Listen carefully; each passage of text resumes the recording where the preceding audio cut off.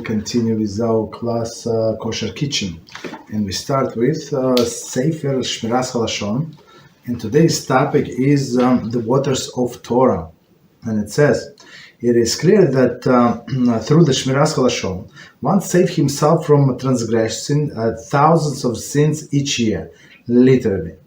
Moreover, in the place of these potential sins, one earns for himself thousands merits. Let us suppose that a given individual begins to exercise caution in the matter of speech and thus refrain from speaking on average 10 forbidden words per day. Okay, it's reasonable, right? 10 forbidden words per day, which he otherwise would have spoken. This means that each year he exercised self-control in not speaking more than 3,000 forbidden words. The Talmud states one who sits and does not commit a sin is given reward equivalent to that of one who performs mitzvah. It's from Kiddush and Torah 9b. Above, we have cited Midrash, quoted by Vilna Gaon, that the reward for refraining from speaking forbidden beyond the comprehension of angels. One who has a fixed daily Torah study session, the quality of Shmiras Haloshon can ensure that his learning is not interrupted by idle chatter. Aside from the sin of speaking Lashon hara, the sin of bittul Torah, unwarranted disruption of the Torah study is the most severe.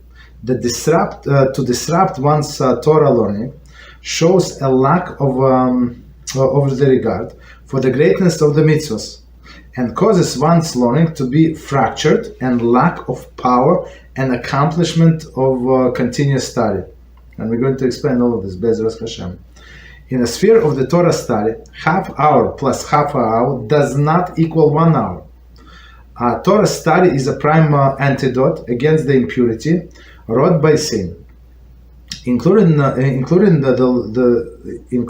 of Lashon hara. Sefer in Dvarim 11:22 likens Torah study to the waters of mikveh, which purify.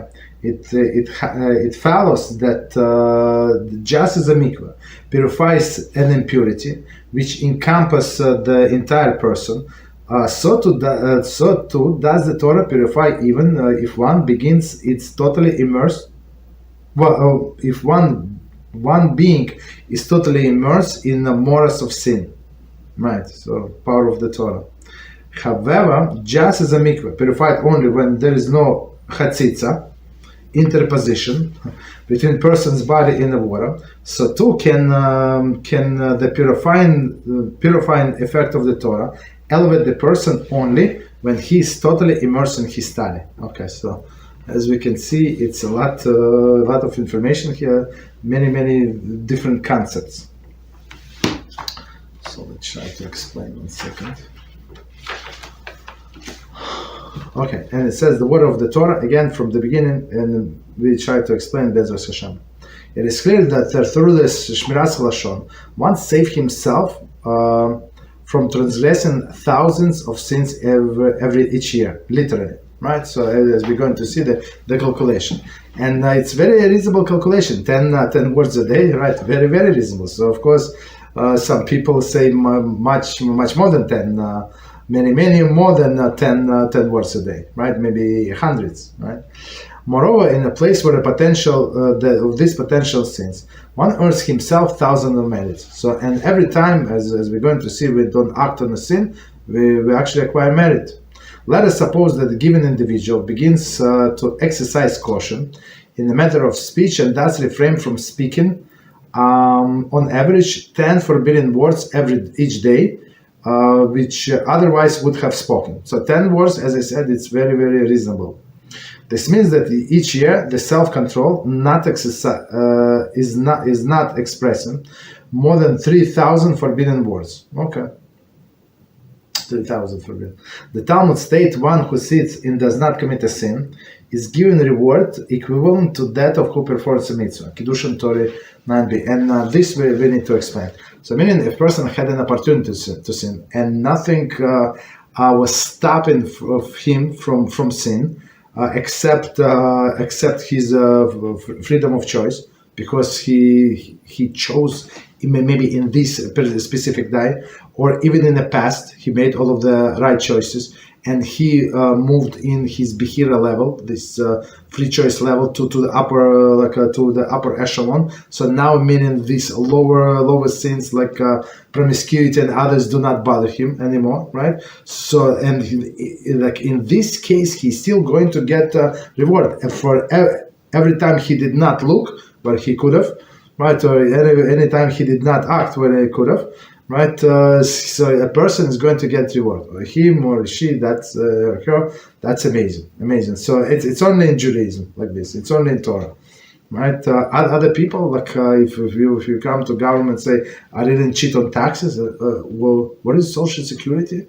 You said, okay, let us see. Like nobody's going to give you reward. And even when check, you pay all the taxes, and you even overpaid, but nobody's going to reward you. Right? HaShem is not like that. Not like these people. Right? He pays us for not sinning, which is amazing. Above we have cited Midrash quoted by Vilna Gaon that the reward for refraining and speaking the forbidden beyond the comprehensions of the angels. Right? That's what we said. So it's what was the quote?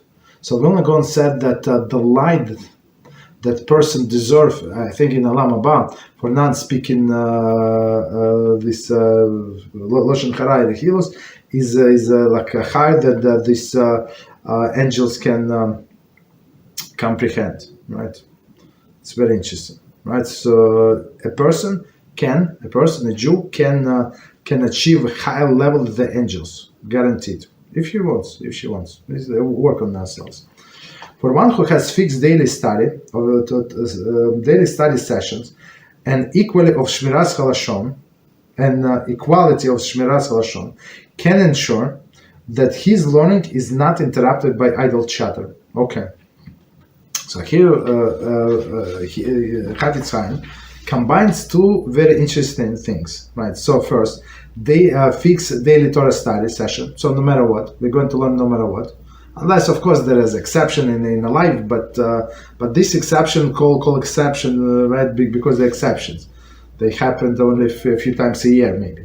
Beezrat, maybe often, but not much more than that, right? So if a person has a fixed daily Torah study, and the quality of Shmiras Haloshon, meaning not to speak like Shmiras Haloshon, meaning that the person is purifying himself, so she can purify herself. There's no need for them to gossip, right? That they involved in the Torah study, right? And for example, as we explained earlier this week about studying between husband and wife.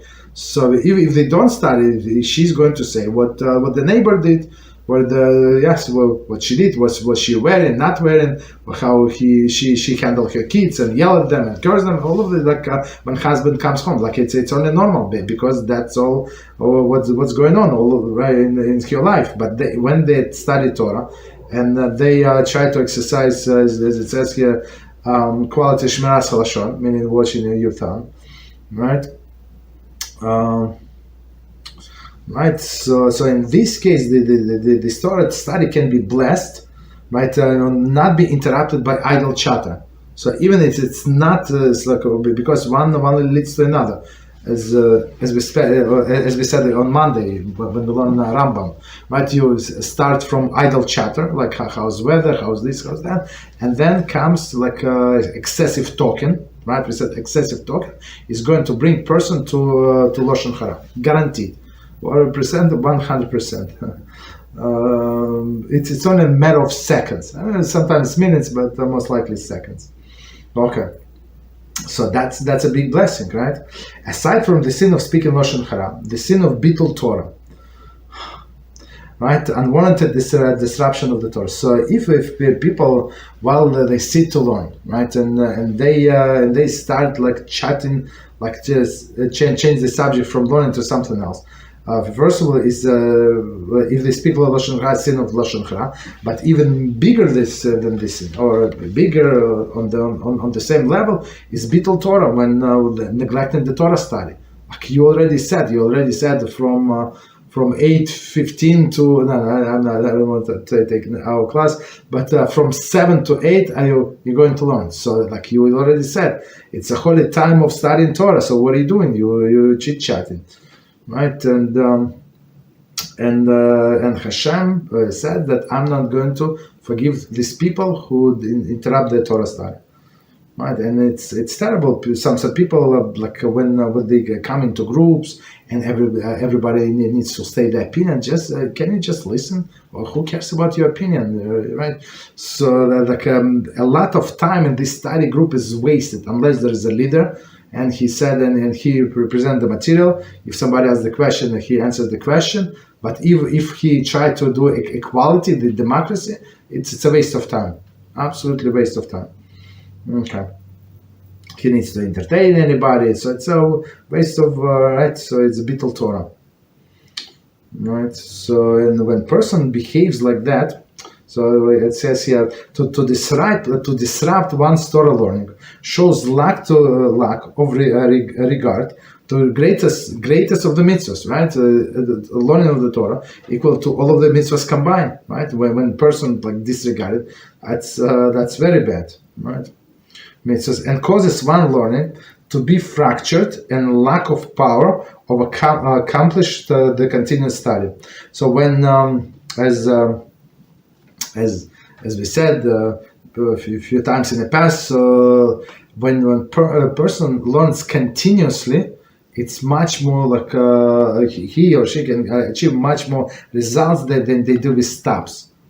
Stops, I don't know, like go get a drink, go to the restaurant, go this, go that. So chit chat, like and answer the phone, answer only one text message, right? Whatever people do. So that's this fractured Torah study is nothing. So I mean, in order to get back on track, they have to like take some time. Sometimes people do not care; they just continue reading. And I had these issues with summer. So I said, can you explain what it says there? Person has no idea. Like he's leading the class. I know better what it says. How is it possible? How's it possible? Because person like does all of this, a million things at the same time, which is absolutely wrong, right? So this, the curse of this fractured study is the person is not going to know material. It's not going to be like a layer, as we always say, in layers in his memory, right? Like it's not going to create this base. Right. So as he said. In the sphere of Torah study, half an hour plus half an hour is not equal 1 hour. So 1 hour uninterrupted is much higher, like in a spiritual value than half an hour and half an hour. Of course, if person does not have time, only half an hour, like before the prayers, let's say, and half an hour instead of his break, he has 45 minutes break, and he takes the half an hour after this 45 minutes to learn. That's amazing. We're not talking about that. We're talking about that person has a study session 1 hour and splits it in 2 or 3 or 7. Right. Torah study is a prime antidote against impurity wrought by sin, right? So the only way to the only cure to all of this spiritual and physical maladies, especially spiritual, but physical depends on spiritual, right? Is studying the Torah. So the more a person learns the true Torah from the right teacher, from the right book, so he become aware of the sin, and he wants to abandon the sin if everything presented in a proper fashion, right? And including sin of Haloshon hara. Like some people, somebody asked me this week or last week all about the Haloshon hara, but I said, why do we need that? Like, what are you going to accomplish? Okay, let's say, I mean, what our person said is actually was permitted. Well, the question is yes, but why? Why would you not ask something more important, like productive to your life? That's the problem. Okay. So the Sefer in Dvarim 11:22 likens Torah study to waters of the mikveh, right? So more like waters of mikveh, which purify the person.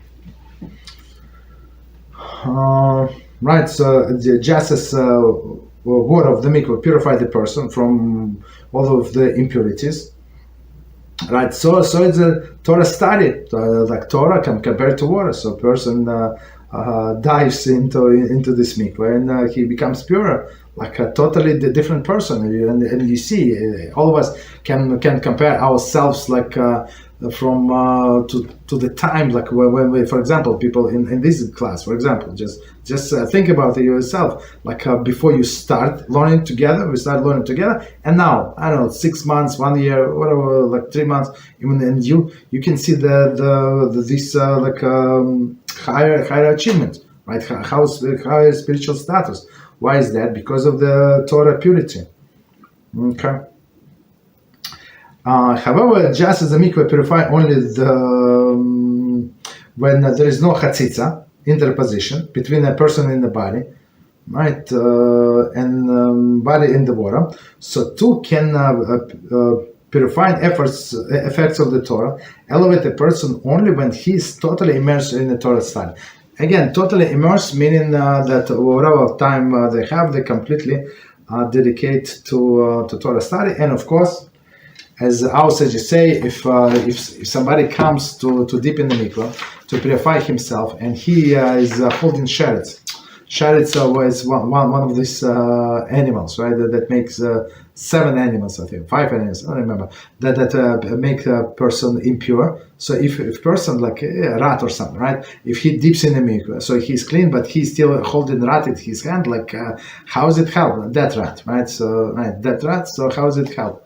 So same, they say a person who is shy, like they like learn the Torah, but they still have this impurity, they have this big sin that they cling to. So, like it's not going to help. No mikvah is going to help. Okay, so we stop here. So let me see if you have any question on what is very interesting. Okay, so there is a question on the topic, and it says, right, since the Torah is antidote to all maladies, for sure, is it ill person allowed to study Torah while the physician ordered rest? Could this person rebel against their family and physician and study Torah early in the morning when has time? Okay, that's a very good question. So let's try to understand. Since the Torah is antidote to all of maladies, and as we said, to physical and spiritual, because they're all interconnected, right?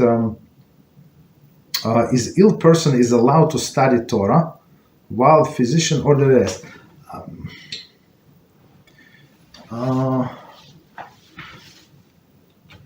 Could this person rebel against their family and physician to study Torah early in the morning?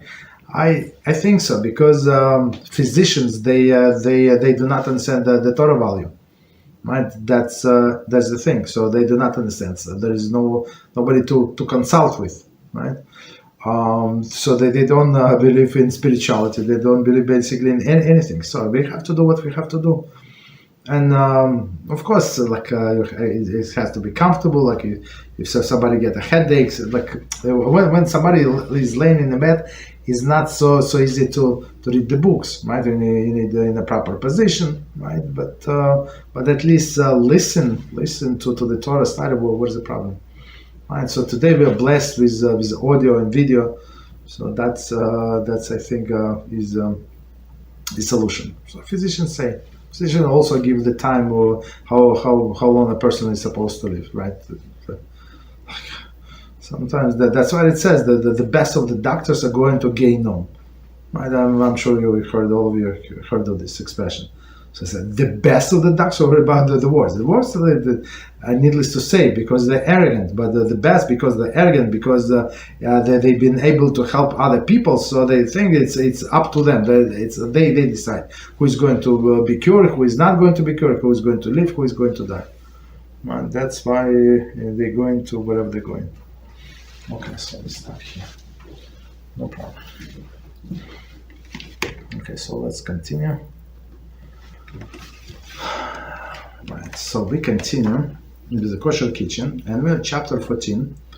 And our very interesting topic is Kashering Utensils. Okay, we're up to section number 4. and the topic is Kashering with Libun. So Libun, we said it's a fire, right? Something that was in contact with fire without liquids, or minimal amounts of liquid, like right, a little oil or something. And it says Kashering with Libun.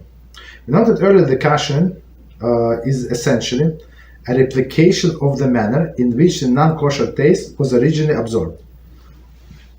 The underlying principle of the Kashering is kelobo kach polto. The manner in which the taste was absorbed is the very same manner which it is purged. All forms of Kashering merely means by which we replicate the exact manner in which utensil became treif, or in order to purge it of the non-kosher taste. Thus, for example, taste that was absorbed through the hot liquid may be removed through the immersion in a hot liquid. Taste that was absorbed through the direct contact with fire must be purged through direct heating in fire. The Torah specifies three Kashering, Libun, Hagalah, and Hadacha. Okay, so let's do this piece again. I mean, even though we explained it before, but let's reread it again. Okay, and we go on. Okay, so again, the way we kosher, we replicate how the taste enter into this vessel. So we have to replicate and remove the taste from the vessel, right? That's how you know what method to use. So and we're talking about heat. So heat could the taste infusion with heat could be with liquid, with liquid water or other liquids, or without liquids. Very very simple. Only two ways, right? But through heat. So heat with liquid and heat without liquid. Heat with liquid, meaning like soup, right? They were cooking soup, spaghetti, something, right? So in this case, we have to dip into boiling water. If it was used like on a frying pan without liquid, sometimes it's liquid, but most time without liquid. So of course we have to do the libun. Okay. Meaning with the heat to extract the taste. Okay. So and it's not only. I mean, I'm not sure why he said the treif taste, but it's not only treif. It's not only treif. For example, a person wants to kosher something for a Pesach use, right? It's the taste is not treif. It's normal. It's a kosher, for example, that they had a dairy. What is it, pot, and they want to make a pot for Pesach, right? So they try to get rid of chometz, right? It's not only treif, but okay, we got the idea. So continue. So section A, libun gamur. Okay, so libun is like as it is. Libun is a manner of kashering utensil, placing it directly into the fire until it becomes slightly reddish from the heat. Slightly reddish. You don't understand what we're talking about? It must be such an intense fire. Slightly reddish from the heat. So okay. So we're going to talk about these people with a torch, right? Nothing becomes reddish or any color with a torch. Just so you know. Okay.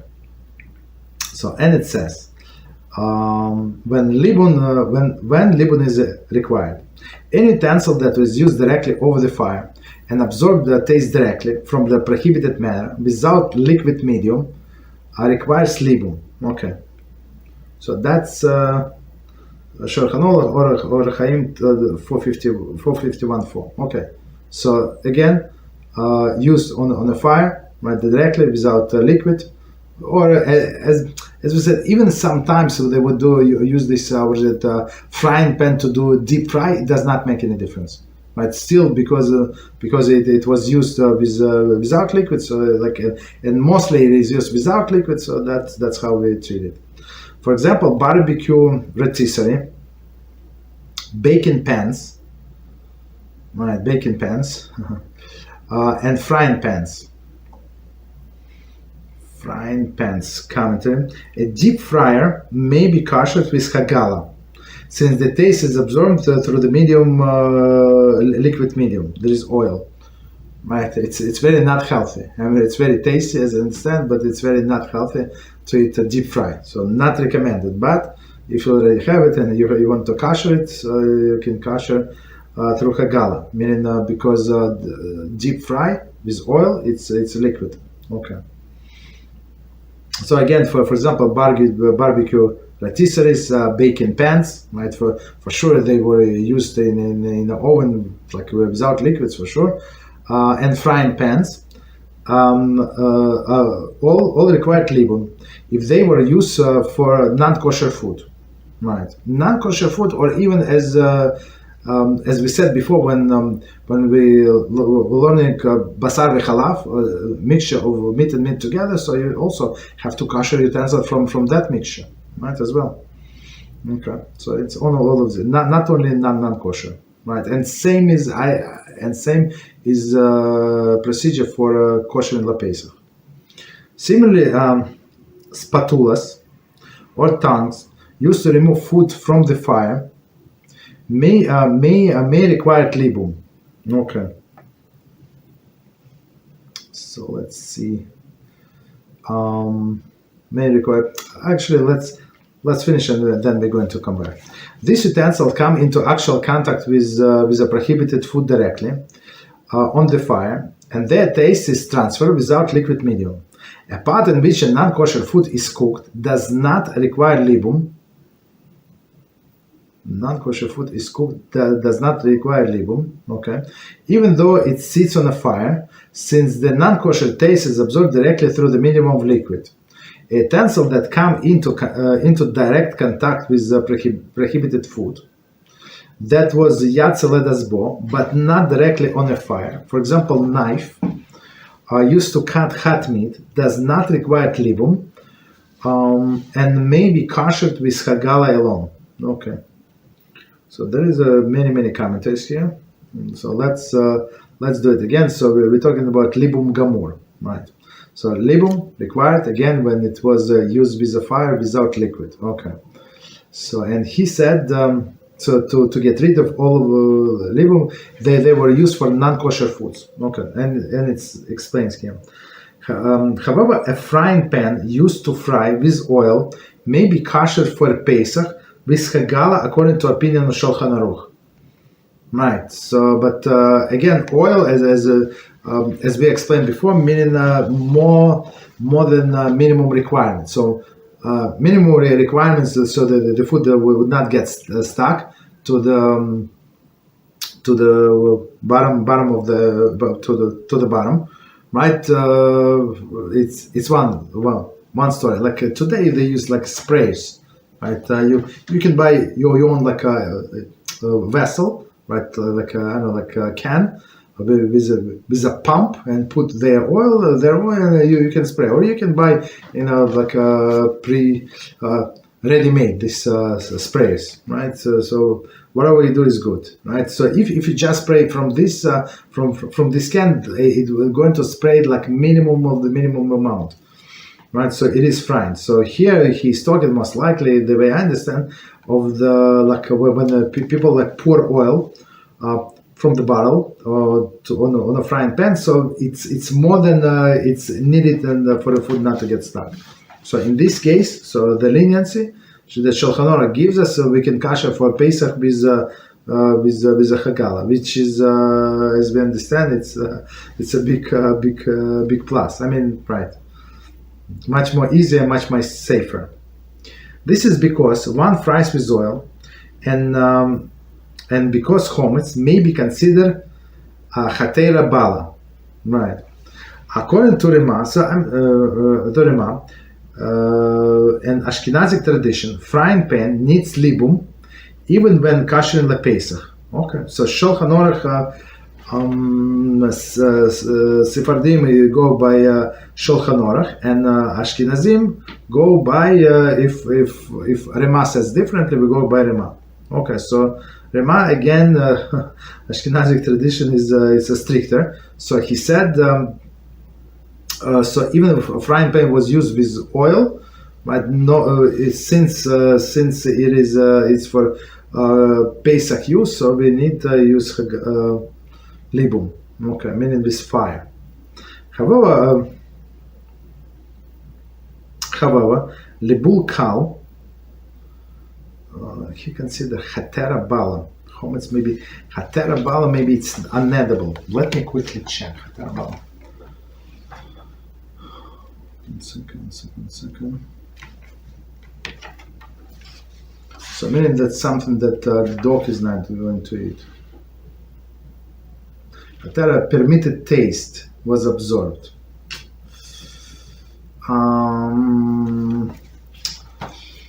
So permitted taste meaning it's not treif, right? It was permitted taste, but I'm not sure. Oh, maybe that's why. Maybe because it was not treif, and technically we're not required to kosher it. Maybe that's why it gives us leniency. But let me quickly reread this sentence. So, however, for a frying pan used to fry with oil, may be kosher for Pesach with Hagalah, meaning through water, according to opinion of Shulchan Aruch. This is because one fries with oil and because of chometz, so oil is a liquid, and because of chometz may be considered hatera bala, meaning and chometz is considered like permitted food. Okay, but on Pesach it's not permitted. I'm not sure how does it help. According to Rema, the Ashkenazic tradition is frying pan needs libum. Doesn't matter, like even in deep fry, I guess. I mean, then the deep fry no, but if they use with like a medium amount of oil, even when kashering for Pesach. However, libun kal is sufficient. So libun kal, we have to see what is it. Sometimes they translate, sometimes not. Libun kal, kashering by the means of heating in fire until the object becomes hot enough to char the straw placed upon it. So this libun kal, it's not that the highest degree of heat, meaning when it's like started like shoots of the sparks, right? And it becomes no.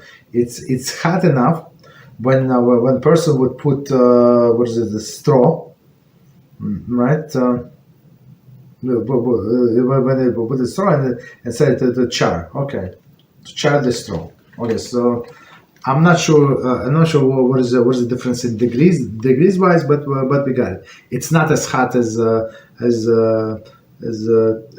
previous one. Okay. Just one second. Okay. So, however, libun kal is sufficient, right? Regarding the kashering for meat or dairy, however, it is sufficient. With regard to kashering a meat or dairy frying pan, right? Okay. If it's possible to do libun kal, a frying pan may be kosher for a Pesach with Hagalah. If it's not possible, so right, to kosher with libun kal, meaning to warm it to this that it would char the straw, right? This frying pan may be kosher for Pesach with Hagalah, with hot water, according to Ashkenazic tradition. Even according to Ashkenazic tradition, maybe because it's going to ruin the frying pan. That's the way I understand it. Okay, so similar spatulas and tongs are used to remove the food from the fire, may require libum. So today, I mean, maybe those are that people use on on a barbecue, on a grill. But today, what we have, I mean, not only we, but today is more popular. Last I don't know how many years to have these tongues, but on the end of the tongues they have this the silicone, right? The silicone grips. So like there is a different story, right? So it's not metal. Okay. Just one second. So again, 1 second. Simply remove the foods from the fire. This utensil come into actual contact with the prohibited food directly. Okay, so we're talking about non-kosher food. So okay, so forbidden food directly when it's very hot, when they remove it from the fire. All right, and their taste is transferred without liquid medium. Okay, so that's clear. So that's why we have to do the libun for all of these tools that were used. For example, one person once had not kosher kitchen, and now they want to go kosher. Okay. A pot in which a non-kosher food is cooked does not require libun, right? Because pot meaning with water, right? Even though it sits on a fire, since the non-kosher taste absorbed indirectly through the medium of liquid. So that's why. So in that one, in a frying pan, it's directly, right, from food into the walls. But in the case of soup, for example, it's from the food into the water and into the walls. So it's medium of liquid. So that's what it means. A utensil that came into direct contact with a prohibited food, that was yatzel desbo. So yatzel desbo when the hand recoils, right? That's considered to be cooking, right? But not directly on a fire. So meaning that when they remove from the fire. For example, a knife that used to cut meat does not require libun, right? It may be kosher through Hagalah. So something that was not. So all of this is spatulas and all of the other tools that a person used to remove the hot food from the fire needs Hagalah. But here, a knife, for example, metal knife, was used to cut hot meat that was removed from the heat, right? And it was, of course, above yatzel desbo, right? So meaning hot enough, so it does not need to do libum, but can go Hagalah on a knife. Okay. So I mean, as we see, it's a very, very big discount to us. Okay. And another commentary says, so there is the difference of the opinion if spatula or tongues required libum. Why? Because they were in contact with fire or only for a limited time, like only a few seconds. Okay, no problem. So continue. It was number one. Number two, the parts of the utensil that require libum. Okay, that's very good, right? So for example, a frying pan, right? And nobody like put the food on a handle. Or from outside. So let's see. Do we have to kosher it from inside and outside, or only from inside? The entire utensil required libum, even if only part of it comes into contact with a non-kosher food on the fire. For example, a barbecue rotisserie required libum, even if the outer edge of the spit. Okay. Although the outer edge never comes into direct contact with meat, so like it's outside, with which you hold like to turn, they become hot, and the taste travels throughout the spit. Okay. However, when kashering tongues that were used to remove meat from the grill and thus require libum, it is sufficient to kosher only those parts that the tongues become hot. Okay, the end of the tongues handles, which do not become hot, do not require koshering. So and then plus, I mean, they usually made of different material, like usually like made of wood or something. I think. Right. So how you going to kosher that part? Okay. So let's learn this number two, and we're going to explain again. The parts of the utensil that required libum. The entire utensil required libum. So meaning from inside or from outside. And even I just wanted to remind us, one of the questions, one of the situations that we discussed before, when we have on a stove top dairy and meat, two pots cooked together, and then you will open the dairy part, and it splatters, whatever the content splatters on outside wall, of course, because the cover of it was cover outside wall of the meat pot. So the question was what is going on in this case? So meaning that implying that the taste can absorb into the metal from outside, even though the walls of the utensil are pretty thick. And now mine, it's like how can anything penetrate? But it is true, like in lots of kashrus, for sure. We believe that it can travel through. That's why he said do everything, right? Because the taste travels everywhere in this metal utensil. Again, the entire utensil requires the libum, right? Even if only part comes into contact with the non-kosher food. So what part? Like only in the bottom of a frying pan or something. For example, barbecue rotisserie requires libum, even at outer edge. So outer edge with a ring, wherever they have the ring, right? Of the spit. Okay.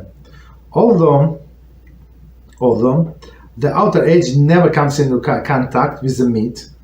I mean, maybe close, but not in contact for sure. They become hot.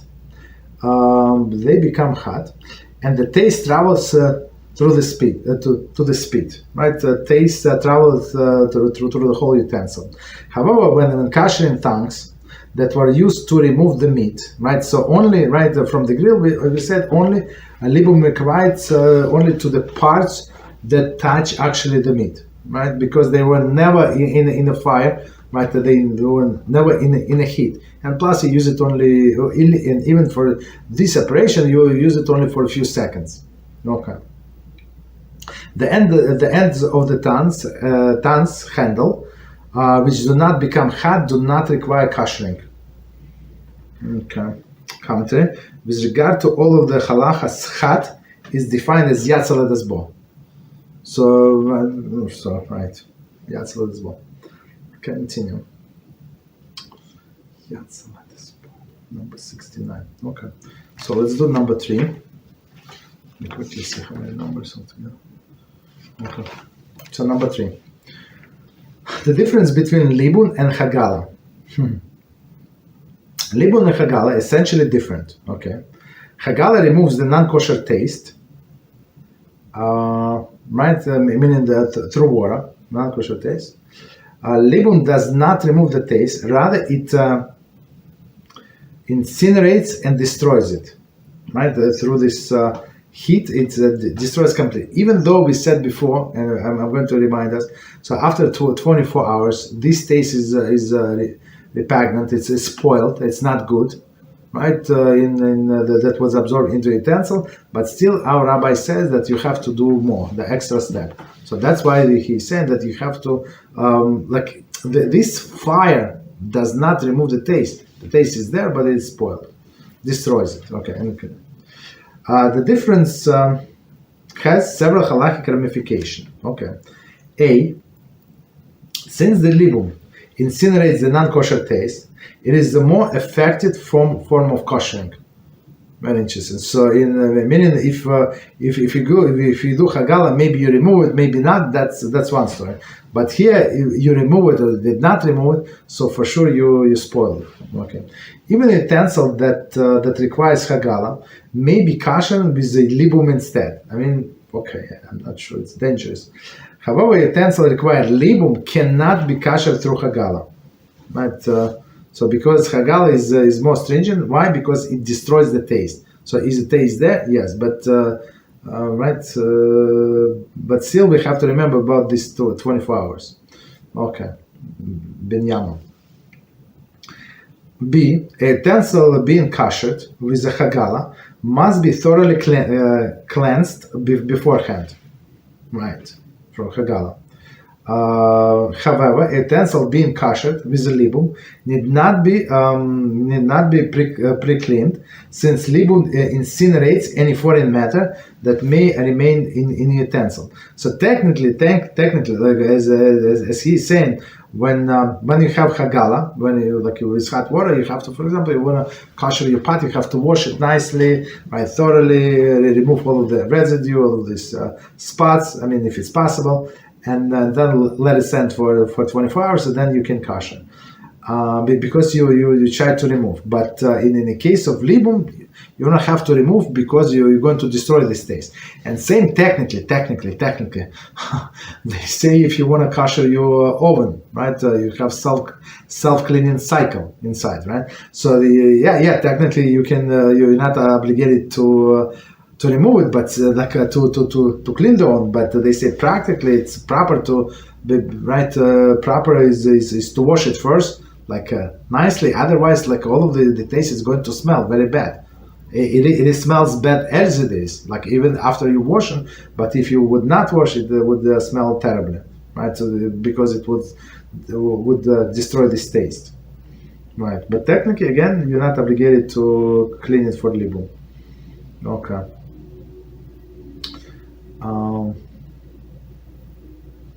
Right. So, and the next one, C.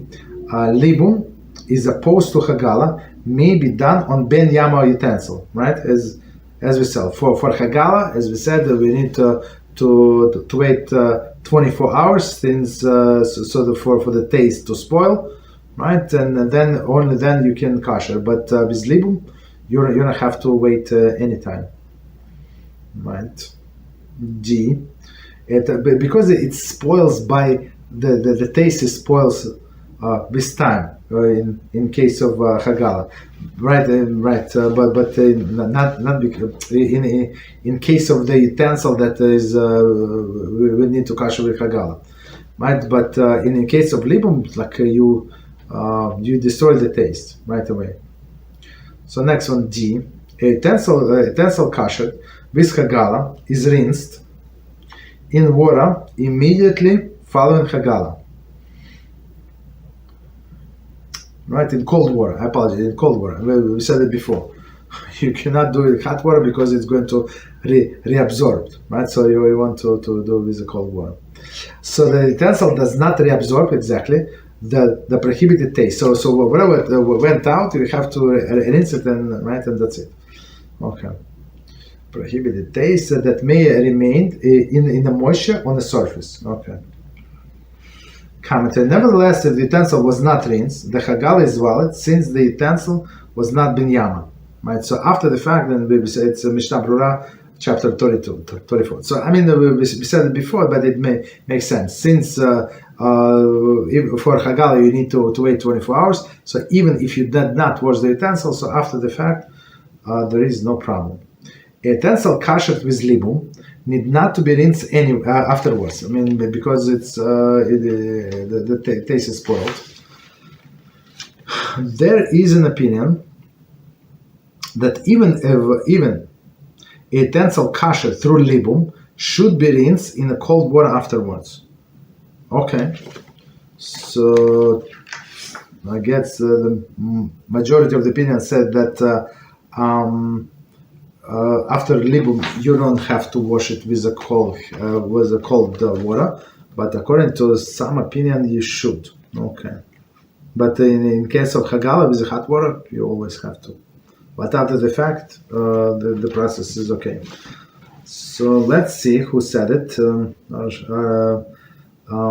See Sefer Hagalah Scalim. Who finds this difficult to comprehend?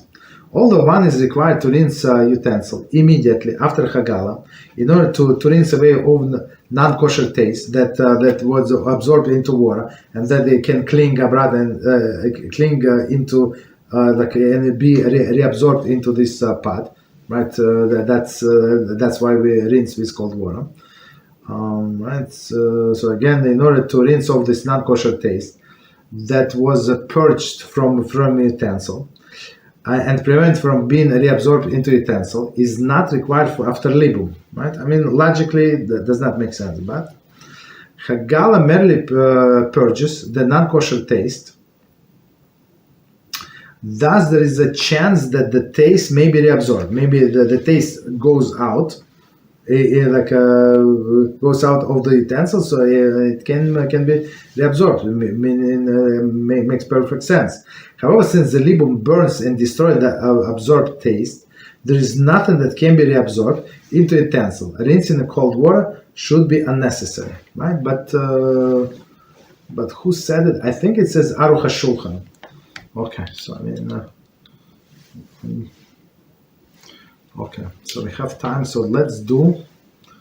Okay, so let's do practical part.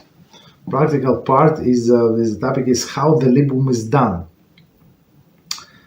And it says libum is accomplished by placing the utensil to be kosher directly in fire, or by covering it with the glowing coals until the utensil itself glows.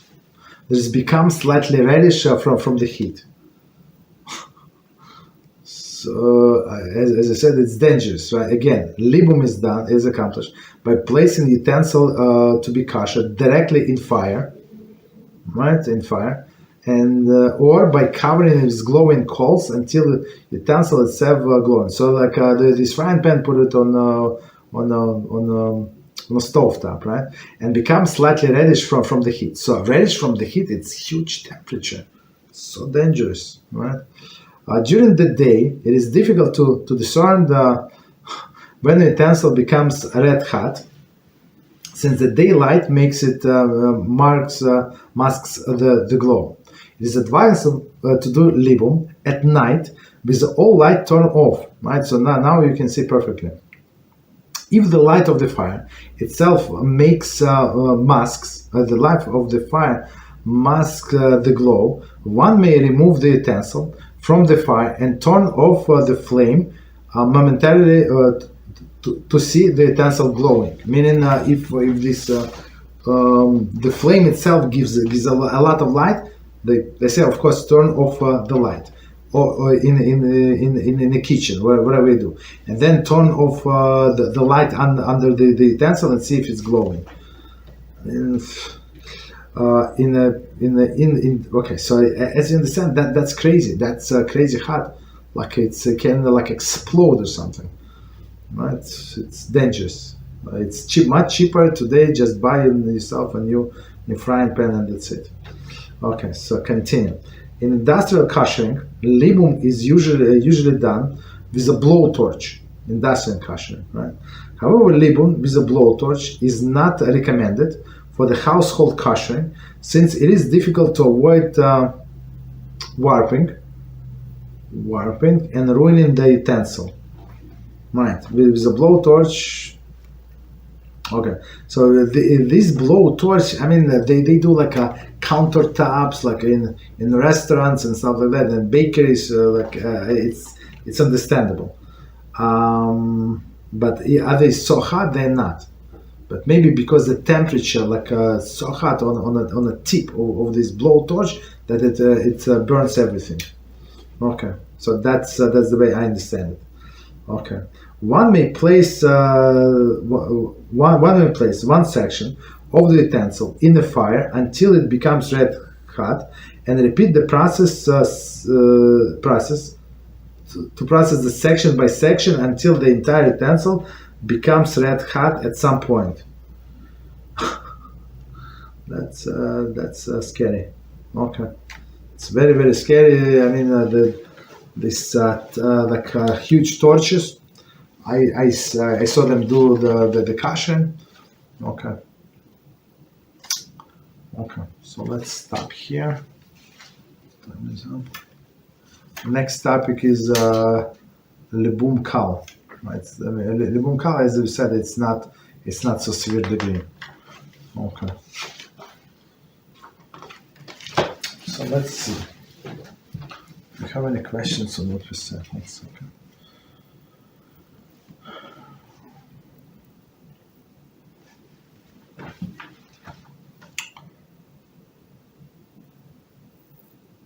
Okay, so I think one One question is on the topic. If knife was used to cut cold foods while still being cooked into hot frying pan with a small amount of oil, could this knife need the kashering through a libun? Again, if a knife was used to cut the food while still being cooked into hot frying pan with a small amount of oil, could this knife be need kashering? I don't think cold food. If a person cut cold food, there is no need for this kind of kashering, right? We can simply wash it with water. That's it, right? So kashering is only when this knife is, as he said, take a piece of meat, right? It's very hot inside, and he start to cut it. That's that. In that case, knife needs to be kosher. But with cold food, or even some people cut on top of the frying pan, there is no problem. The knife is cold. Okay, so let's go to the previous questions. Okay, so first question before the class. I have a question about Ayin hara. Okay, very good question. If someone got jealous about something they thought you had, but you had nothing to do with, that this Ayin hara can still affect you. For example, someone saw a person get out the really nice, expensive car, but it was not theirs, and then they envy for that car. Okay, that's a very good question. So again, question about Ayin hara. So Ayin hara at a bad, it means bad eye, right? Somebody can give us bad eye, unfortunately. If someone gets jealous about something that they thought you had, but it was wrong, so they right. Does the Ayin hara still affect you? Yeah, it still affects us for sure. So people see us from Olga. Maybe it was our friend, maybe our boss from work gave us a lift. I don't know, maybe our brother, maybe our cousin somewhere. Right? And it's not our car. Or maybe cousin said, please drive me, like I have a stomach ache. Please, can you please drive me to your house, right? And then I'm going to walk to my place from you, right? And then guess what? All of them from neighborhood. So you driving this huge car, this what is it? Cadillac. I don't know, like a huge Cadillac, right? So whoa, it's like a very expensive car. You parked it, you have a key, and your cousin went home. So it was his car, right? And now everybody saw in your neighborhood that you parked this car. Guess what? So this Ayin hara, yes, it's of course it's very bad. It's jealousy. I mean, sometimes people don't even remember why they're jealous, right? That's not good, right? So on our parts, whether we're on our part, we try not to provoke it, and not to concentrate on it, right? So we try to do our thing, and hopefully HaShem is going to Beezrat HaShem. He's going to protect us from this Ayin hara. But is it real? This Ayin hara, 100%. It is real, right? And we also said even before, I think that even the parents can give Ayin hara to their children, for sure. Right? It's not like they hate them, even they love them. So next question. I have a question about soulmates. If a couple both Beezrat HaShem makes it to Olam Haba, since people can move levels there, does the couple move together, or it can be separated? Very interesting. There is one spouse has children that continue to do mitzvahs, very interesting. And the couple still living, that they are affected, and the people still living, that they can affect a massive, enormous amount of mitzvahs, and the other spouse had children with a previous marriage, who become off the derech, how will this work? Okay, it's very interesting question. So again, we're going to try to read from the beginning.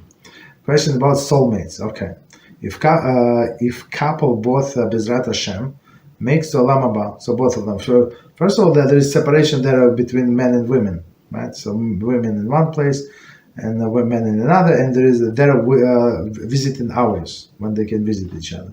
That's a different story. Okay, since people can move levels there, so based on their performance, and every time on Rosh Hashanah, their book of the living, book of the dead is open, and they see the calculative, as this person said, a person who. One of the people says that they understand from the example the second marriage, right? They had a marriage from they have kids from previous marriages. So now in this marriage, let's say they don't have kids. Like we simplify the case, right? And one spouse, let's say she had amazing children who do a lot of mitzvot, and they, of course, and because of like the way she raised them and she invested in them and stuff like that, so she get the merits. Of course, and unfortunately, his children did not do so well in this life, and they went off the derech. So meaning that she is advancing and he's not. I don't think there is an issue. They're not obligated to be on the same level. They still allowed to visit each other, so there is no problem. There is no problem, right? And there is no jealousy. You got to this level, I got to that level. Even though, like when you read the midrash, there is jealousy, like among the dead people, but. Right, but all right, and it's even in Halachah actually, right? It says when you go to cemetery, you're not allowed to go with your tzitzis out, right? You have to put your tzitzis inside of the pants, right? So it's very, very important. So why? Because dead people, they're dead for a long time. For example, in a cemetery, right? We would see you with tzitzis and say, look, this person is mocking us. We can no longer do the mitzvahs, and he can. It's like a mockery. Okay, so and then it says that these dead people can, through their jealousy, inflict damage on a living person. You got to be very careful. Not to provoke. So, okay. So again, they can visit each other. Okay. So continue. Another question about family purity. Okay. And those in a process of conversion. Number one, how should they observe Yichud and Shomer Negia with someone who are they yet married to? Okay. So let's continue. Since one should not perform hefsek tahara and count 7 clean days prior to making the wedding date, how do they apply to those in the process of conversion? If there is no official wedding date, should there be official wedding date? Okay, so there are a few questions in one. So let's do from the beginning and try to explain. Again, so the question about the family purity and those in the process of conversion. Okay. How should those observe Yichud and Shomer Negia with someone they are not yet married?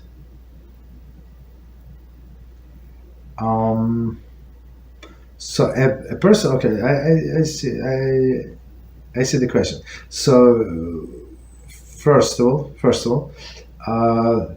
person who is in the process of conversion is obligated to observe everything except maybe on Shabbos, not maybe for sure. On Shabbos, keep 99%. So in 99% cannot be like a person cannot say, oh, I don't know everything, so for sure I'm desecrating something. Absolutely, this is not going to work.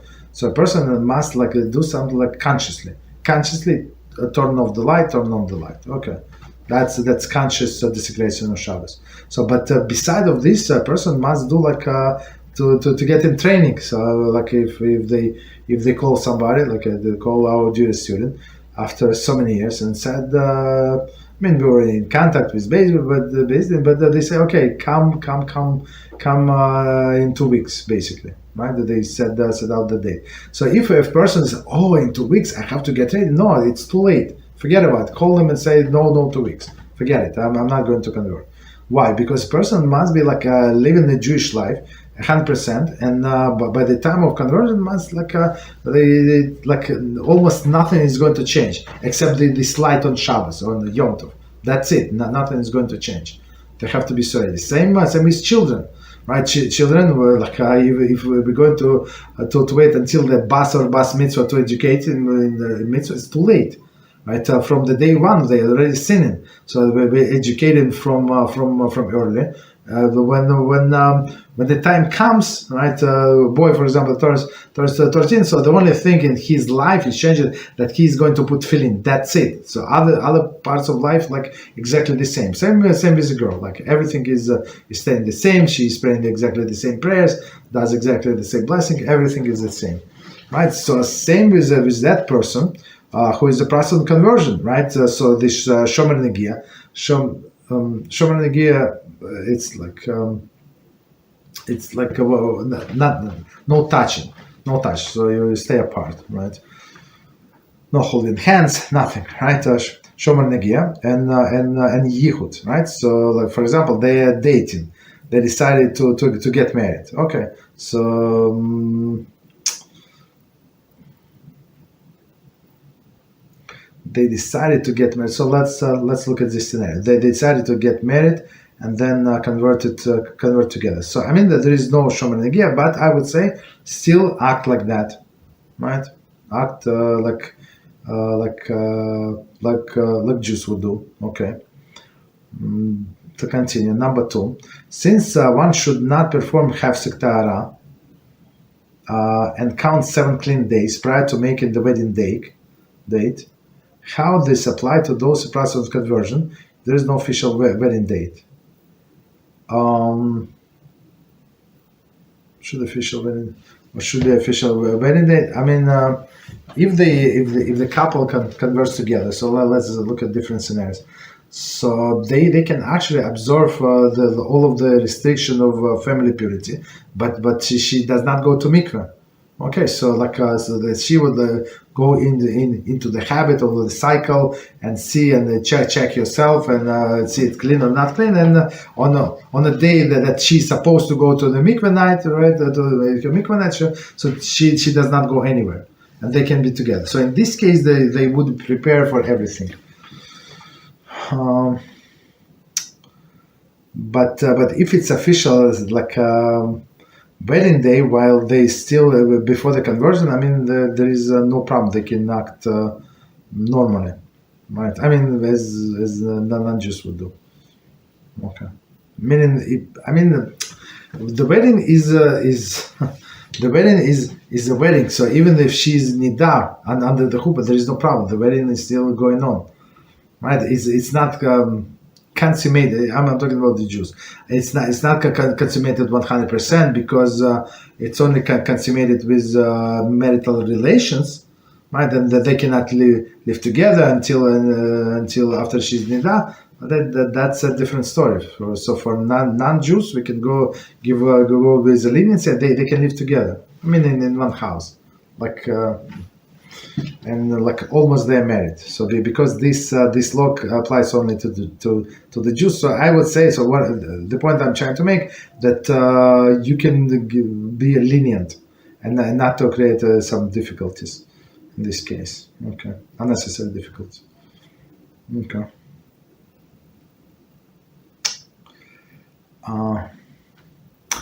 Okay. So maybe one more question, and we do a break and see what. Do other topics. Okay, so next question. If a person marries someone who has already had children, should he strive to teach these children Torah in order to become their spiritual father and therefore earn the merit out of their good deeds after their past after he passes?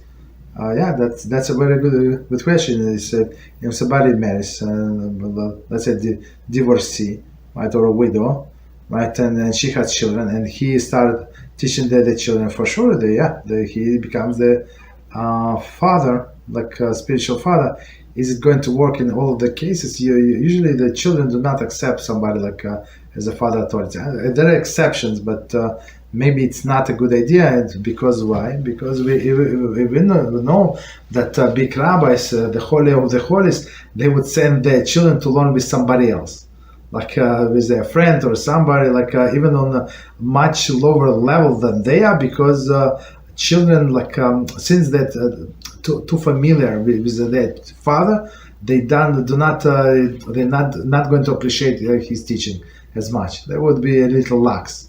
But when they go to the stranger, right, with a stranger, it's a totally different case. So I would say, I mean, it theoretically sounds good, but I would say depend on a case by case basis, right? But technically, technically, yes, right. He's going to become the spiritual father and get all of the benefits. That's Ras Hashem. But we're not talking about benefits. We're talking about benefits too much.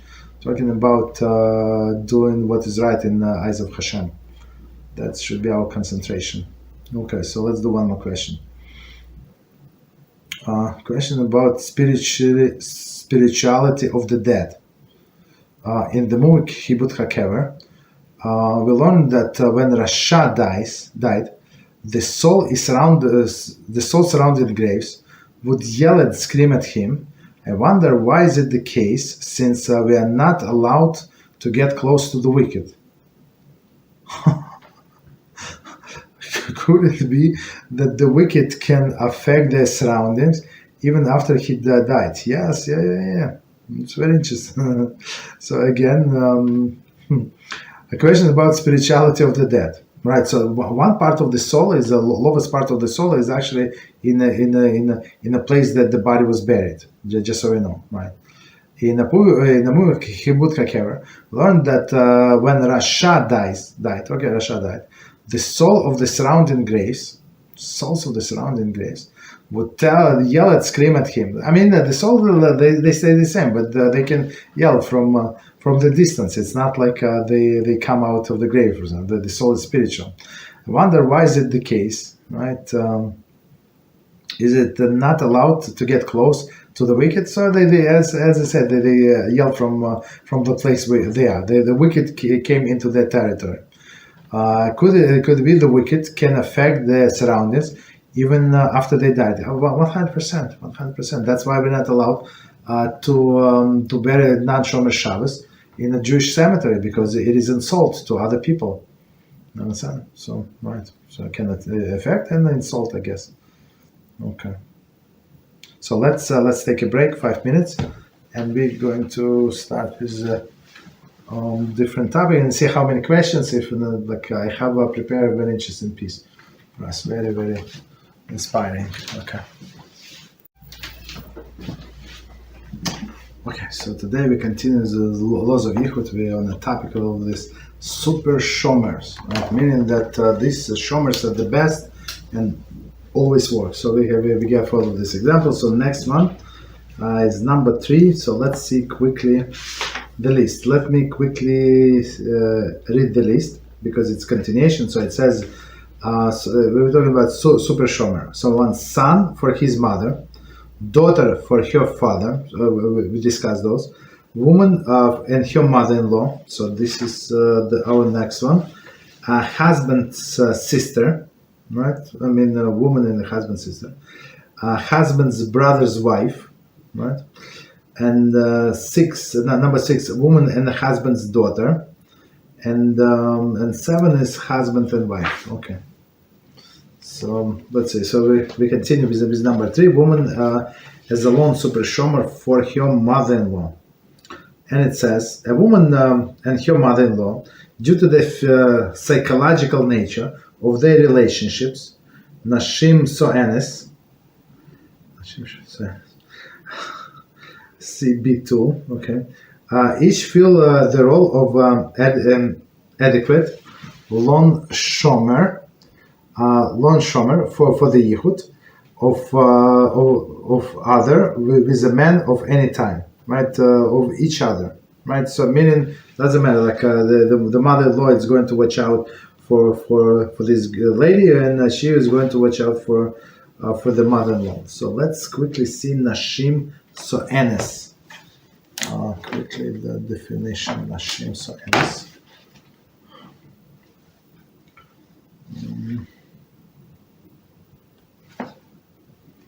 One second.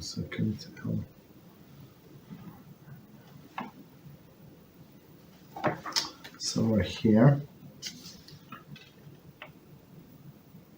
Nashim so'enes. So his definition.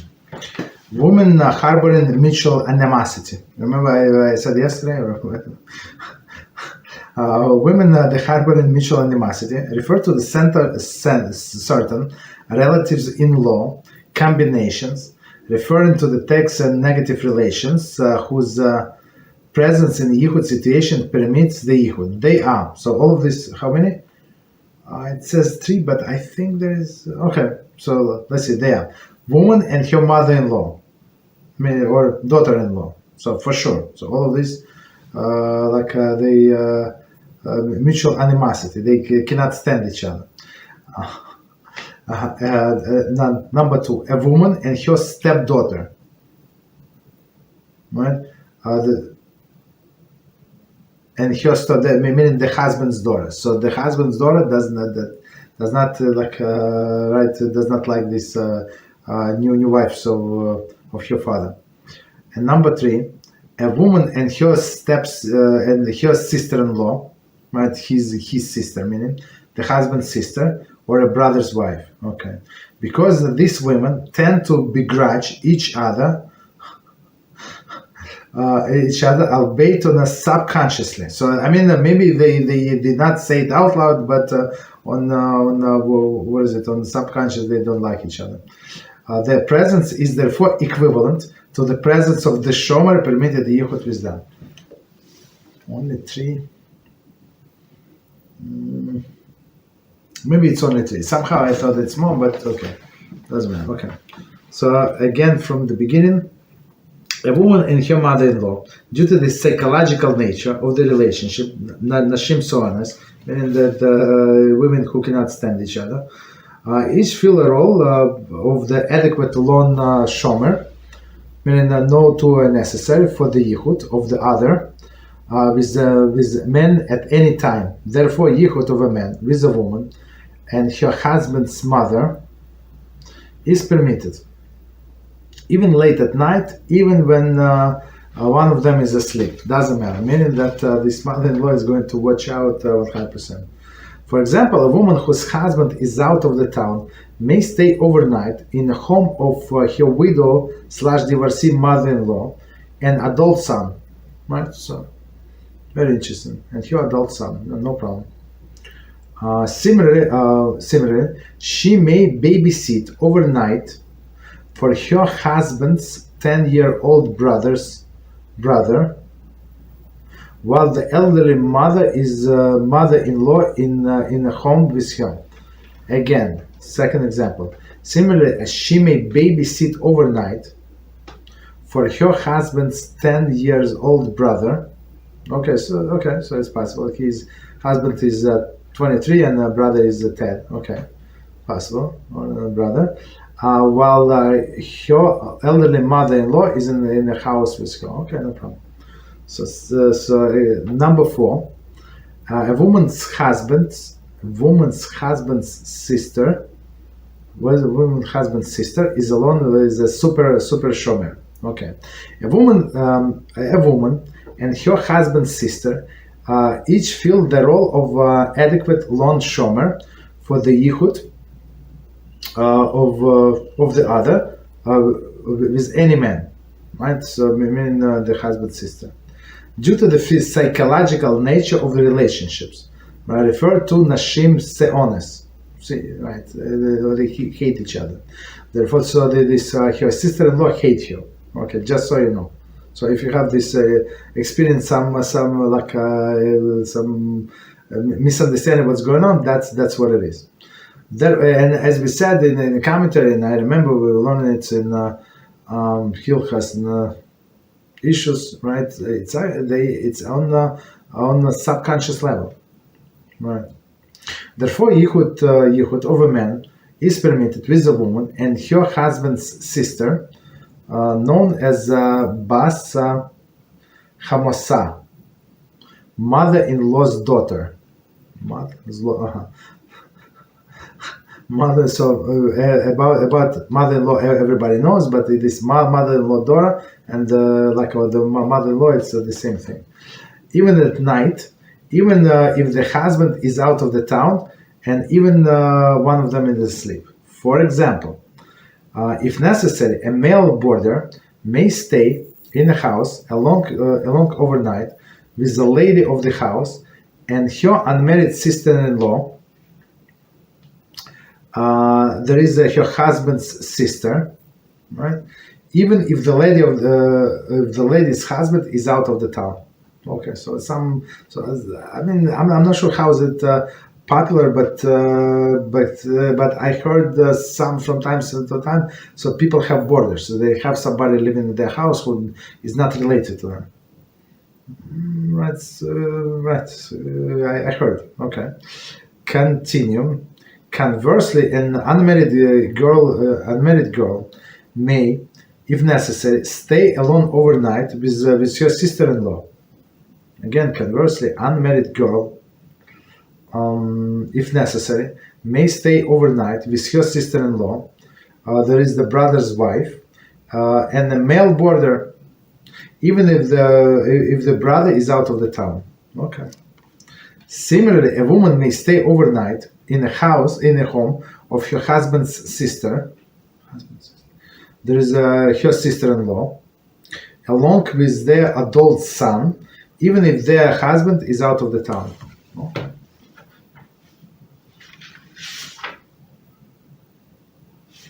Okay, so I guess we can stop here. To be continued next time. Right, so let's see if I have any additional questions. I'll do something else.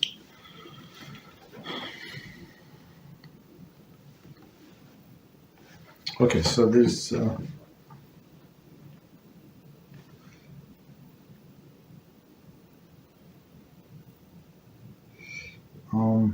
second. Next question. If someone was adopted, should he recite kaddish for the deceased adoptive parents? That's a very good question. So a person is not obligated, but a person can choose, accept upon themselves to say the kaddish.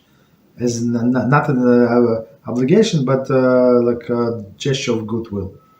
And it's proper. Again, the person is not obligated to sit shiva for these adoptive parents, but would be proper. It was very, very ungrateful, in eyes of all of the people that this couple, this father, put his life into this person, right, and raise him and pay for all the expenses. It was nice for him, and now he said, "No, I'm not obligated. It's not my biological father." Yeah, go find your biological father who abandoned you 35 years ago, right? So it is proper but not obligated. That's the question. So next question. Correct question. How about Ayin hara? So Ayin hara, it's a bad eye, right? I heard that one can cast Ayin hara on themselves. Could Kavod please teach us how this works and how can we avoid it? So so the question about so can one cast Ayin hara, bad eye, to themselves, right? Right? How is it possible? It's very simple possible. It says that you're not allowed to speak out of your sins, out of necessity, or for example, a person you would ask somebody how are you doing, right? How are you? Right, and the person said, "I'm doing much better than I deserved." What? Meaning that he's saying in Shemaim, they they made a mistake. they overpay me. So now, like he's saying, they have to take back some parnosa, some of my health, some of my this, some of that. That person is saying. So that's given oneself Ayin hara. So that's what we try not to do. So we don't deride ourselves, don't speak bad about ourselves. So if they decide to punish us from Shemayim, that's a different story. But we don't call for a punishment, and we don't attract the sins. Of course, we're working on ourselves, and if a person is doing teshuva, they must confess, of course, the sin. But to say it constantly, like I'm so lucky, I'm this, I'm that. So especially to other people. Right, other people quiet.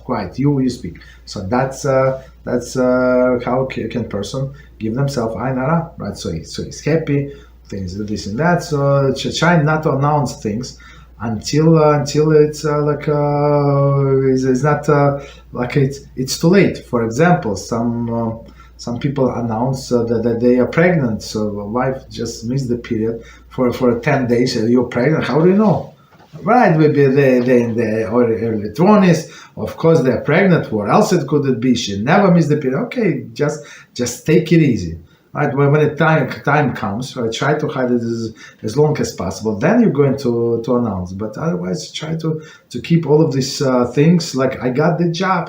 Did you get the job? Did you say no in 2 months from now, until they have created position by they like me and HR like me? This like. You normal, just keep quiet. Don't tell anybody you got the job. So when you start a job and you work there for a few months, you can say, but by the way, don't call me on my old phone number. I only on the new one. Like if person cares, because I change the job. But otherwise, keep it quiet. Right? So can person give themselves Ayin hara, but 100%, and it's very, very sad when, it's understandable it comes from enemies, yes, I understand. But if it comes from yourself, it does not make any sense. Okay. So, how to avoid it, just keep quiet. You have good news, so share with a person that you believe, that it was proven that a person would be happy for you, right? And it's for constructive purpose, they can advise you for whatever reason. But otherwise, don't share this news unnecessarily. Okay, so all right, so next one. So next question. Is it possible that a man who committed many sins related to immorality in the past, or rejected many worthy shidduchim prospects, would unconsciously end up looking for a woman who have the traits of Satan wives, independence seeking, sophisticated, and not very willing to be submissive, even after he's doing teshuva? Very interesting question. With regard to the issue of rejecting good shidduchim, I'm thinking about Shimshon, knowing that the part of his tikkun from the previous incarnation was to get involved with Delilah, which had these traits. Okay, so let's try to understand. So from the beginning, Rav, is it possible that the man who committed too many sins related to immorality in the past, or rejected many worthy shidduchim prospects, could unconsciously end up looking for a woman traits of Satan's wife?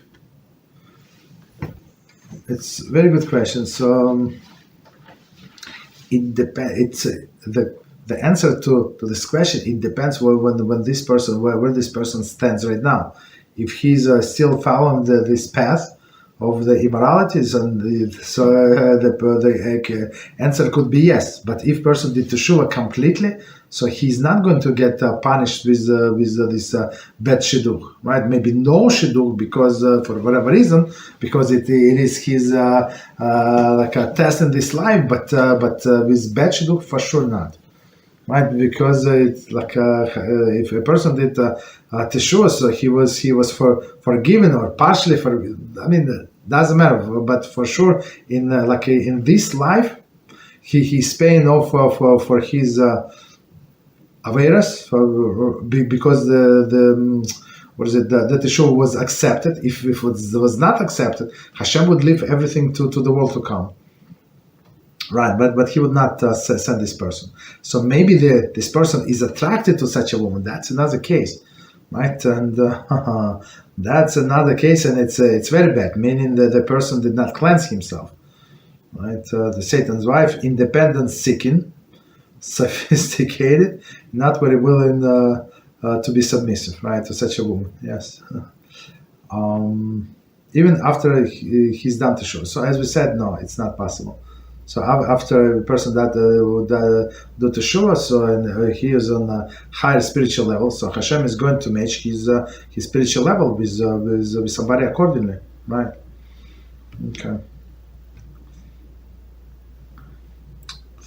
With regard to the issue rejection good shidduchim, okay, that's another worst case.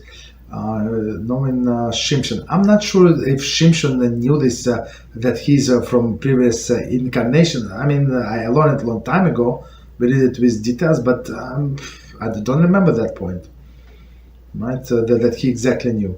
I mean, he was attracted to the different women. Technically, as a Jew, he should have not be attracted to this women. Period. Does not matter. He remember reincarnation. Does not. It's absolutely irrelevant. Right, to be attracted to this women, right? But rejecting good shidduchim, yes, that's a big problem. So as the Rabbi Reuven Shlita always say, we don't have the shidduchim crisis. We have a middos crisis, meaning the character traits. And I can testify, my wife can testify. We when we used to had a guest, and every Friday. And unmarried guys, like, of course you have pity on this guy. Like, he's not married, he's 50 years old, 45 years old, and he cannot take care of his, I mean, he does, but, okay.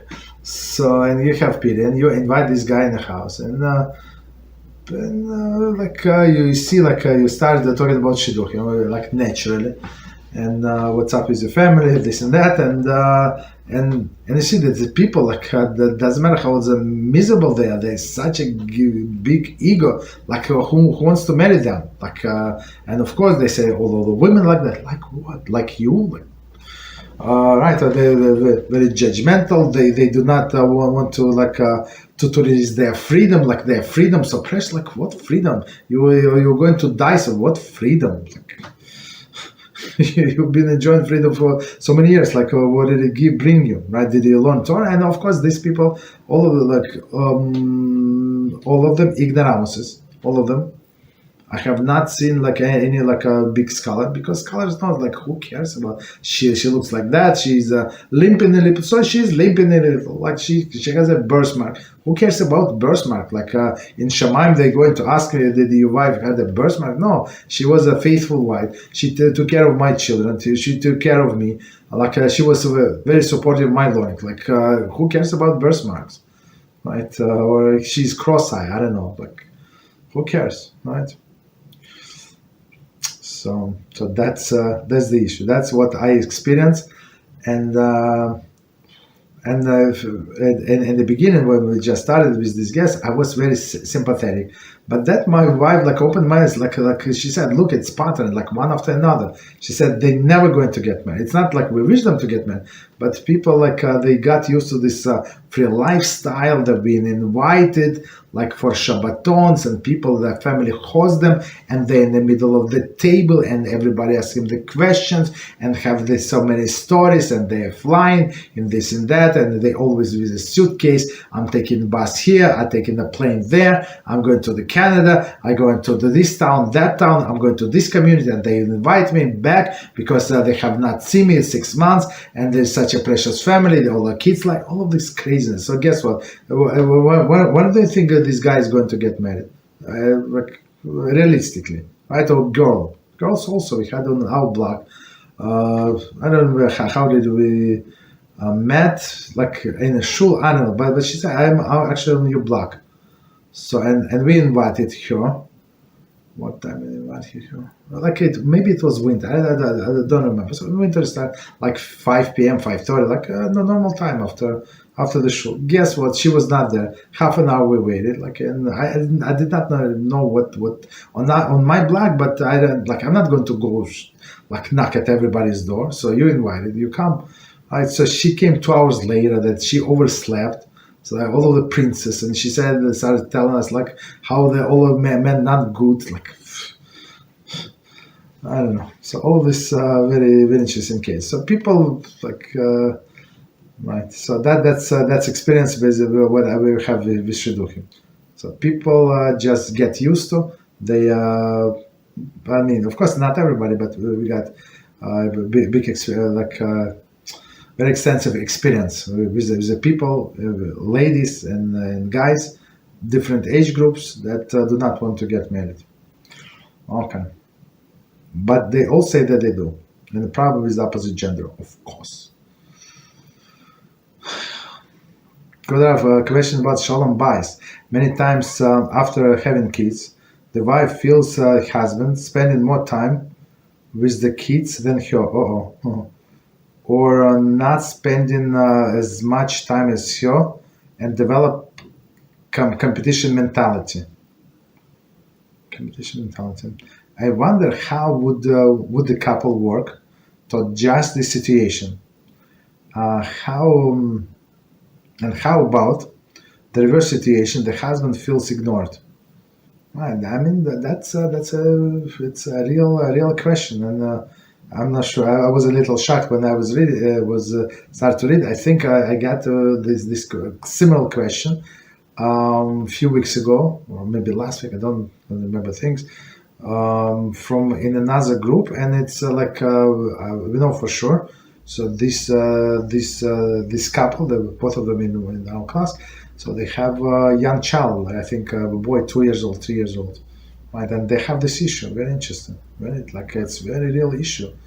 Right, and in this case, the guy, right, exactly, he likes to play with the kid, right, and she's feeling neglected. Right now, he has all the energy, and he runs, and he makes a fool out of self, jumps, sings, to make this kid happy. But when it comes to the wife, he's like a mute, like he's always sleepy, he's always ignoring, he's always yawning, like he cannot keep the conversation. But with 2 years old, he's such a talkative, and he wants to read books to him. So the wife is a little, a little shocked. Like how is it possible? So she feels neglected. 100%, right? And same the opposite side, right? When a woman is taking care of her children, she's a great mother, right? And he's at work, and now he comes from work, and she's still with the children, right? And so it's also not right. So in this case, the woman must balance. So remember, the husband is number one, and the children is also very important, right? So that's the balance, right? And educate the children. The father comes, you will get a little less attention. So the relation between spouses is the most important. The child is not going to die he's not going to nothing is going to happen if you wait for some time. There is no problem. So it's very important for a shalom bayis to have a strong relationship with husband and wife, right? And don't pour all your love to this child, because it's not fair. As I just gave you an example, a real life example. Like she said, with me, he's like a dead beam, right? But with the kid, he's all loving. How is it possible? What did he do wrong? Right? And she's trying to be nice and extra nice to the husband, but that's what it is, right? So we have to remember that when we show too much affection to a child, so the other side, the spouse can suffer. Right? Even though it's their child, it's not like it's like a neighbor's child. Okay, so let's see. When a wife finds out that she's pregnant, should she tell her husband as soon as she finds out, or should she wait? I would say she should wait. Don't tell, because maybe it's false pregnancy, maybe it's not, maybe it's like delayed or something, right? And because it's very, very upsetting to hear the other news, and there was few cases that we heard about. So they announced on the Facebook, pregnant. Like, who would ask you to do that? And everybody is happy, mother is happy, this side is happy, and then guess what? Did not work out. Can you imagine, like all of this disappointment, all of these people? Okay, maybe if you feel like a distant friend, like a 16th cousin or something, so we would not remember. But if somebody is close and say, okay, so how is it going? 3 months later, and she said, no, we lost the baby. So like, how is it going to feel? So it's better not to let anybody know. Your husband, he also can wait, right, until you know for sure, and then tell him. Because especially some men, they cannot keep their tongue, they cannot keep their mouth shut. They have to report to his mother, right? He has to report to his mother. Guess what? Because mommy must know, right? And guess what? His mommy is going to report to everybody else. So right, and that's creates Ayin hara. Oh, so fast.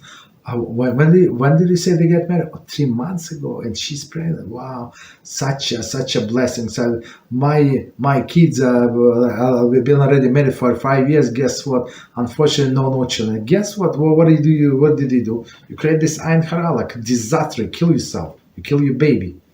You understand? So we try.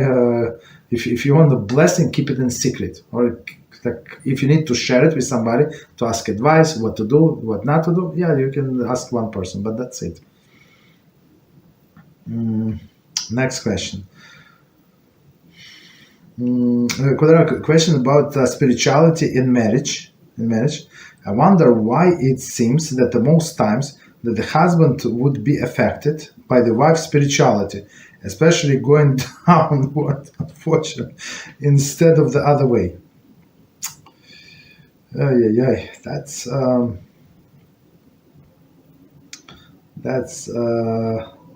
very interesting question. Unfortunately, it's very, very practical question. Unfortunately, so it says a question about spirituality in marriage, right?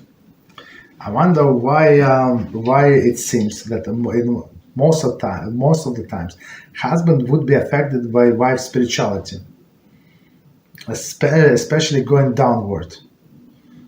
Instead of the other way.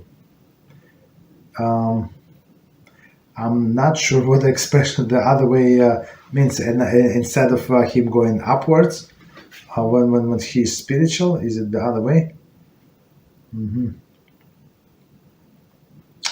So that's what we need to clarify. What does the other way means?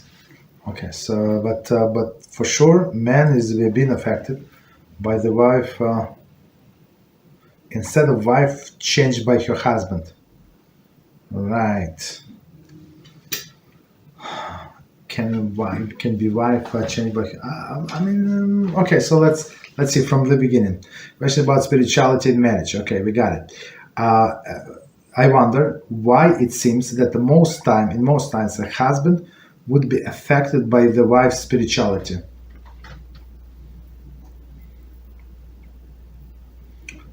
Okay, why the husband would be affected by his wife's spirituality? Okay. Especially going downward. Instead of the other way. So why, like in general question, why somebody would affect a husband or wife be affected by spirituality, going downwards, right? Downward. Because of the other party.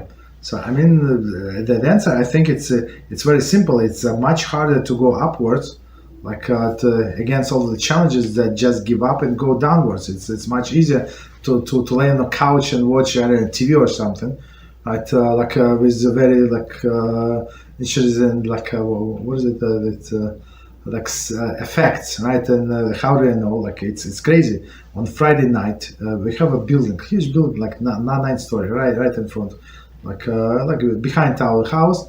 Right, because where we live, like huge building. We have a 3-story houses where we live, like smaller houses, and there's 9-story. And so our backyard facing their backyard. And guess what? In the summer they just started. I don't know, like maybe last year it was more crazy. This year not so much. So they outside in the city, they blow up this huge screen. I don't know how many feet. I don't know, like 20 feet. I don't know, 20 by 20, on a huge screen, and they watching movie, and that they have like speakers, like blasting this movie, and guess what? It's on a Friday night. So on Friday night, like when it's dark, when we have Shabbos celebration, they watch this movie. So I mean, it's like effect. Something is exploding, something is screaming, something, or yes or no. Like I think like PG or something, like not something like like family movies. Let's put it this way.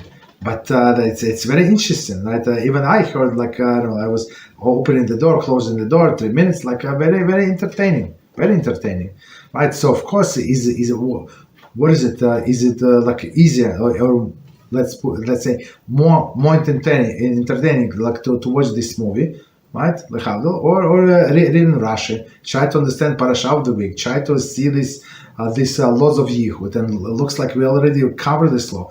What they want from me? Is it yes or no? Like, why this complication, this Libun, this Hagalah, like leave me alone, or there is a love story, this story, that story. So it's very simple when you have somebody like downward in your house, like to slide with them. It has have to have a very strong willpower to go the opposite direction. Again, how long you going to go? Especially again, it's easier and more convenient to join the wife who is not very spiritual than try to pull her to the spiritual side. So I mean, I would not say like always. I mean, wives. But women have this, I don't know, this hidden talent that they maybe very like not so strong physically and right, but mentally that they're very strong. They're very persistent, right? And they can withstand the pressure. What does it mean withstand the pressure? Be flexible, like a reed, right? Like a wind is blowing this way, they are soft like this. This way, they soft like that. Man, it's like a tree. Tree is what? Like a stand as long as it can, and then breaks because it's not flexible, right? And women with this flexibility, because they are so fragile, so they actually survive like many like disaster in life, many like tests in life, much easier than men. So and they affect the men. Yes. So that's it's very important to have a righteous wife. Otherwise, like it's almost guaranteed that she's going to bring him down. Almost guaranteed. Of course, there are exceptions if he's a big tzaddik and this and that. It's a very strong willpower, but most of the people not like that. And plus, it's easier to go like her way, right, and more pleasurable. Like if you don't know anything about Torah, go on your way, than to be spiritual like him. So that's the answer. Okay.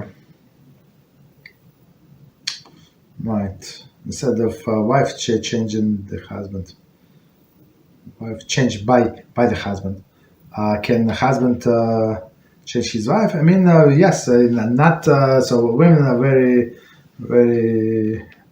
I don't know how to say it. Okay, let's keep it. So if husband is persistent, right? Persistent, and he does not set himself goal in turn herself around in 2 months, let's say. So right, which is maybe not so realistic, right? And he's persistent. He has a goal, and he goes like does everything according to the Torah. Of course, he's going to change her. Right, unless she's so corrupted, so like beyond the corruption, like beyond the limit. Otherwise, yeah, it's possible for him to affect you. Just be patient and do whatever you need to do, and that's it. Right, it takes time. So continue. Next question. Could I have Would conversion itself help the person to overcome certain traits which sometimes seems to be almost impossible to get rid of? Toda. It's a very good question. Would the conversion itself help the person to overcome the certain traits which sometimes seems to be almost impossible to get rid of? It's not such an easy question, because on one hand, after conversion, person becomes a new person, gets new soul, but still all of these old character traits, they're still there. They're still there. I mean, if a person was, for example, like simple stingy, is he going to get generous just because he converted? I mean, as a non-Jew, he was not obligated to give tzedakah. So I have this non-Jew from Germany, right? So he heard in one lecture or somebody, a Jew told me if he gives tzedakah, he's going to get rich. So I told him it's only for a Jew, but he said, no, I want to try. So he wants to consult with me. Very sweet boy. I'm younger. I'm not sure, maybe 17, 18 years old, from Germany. Right, but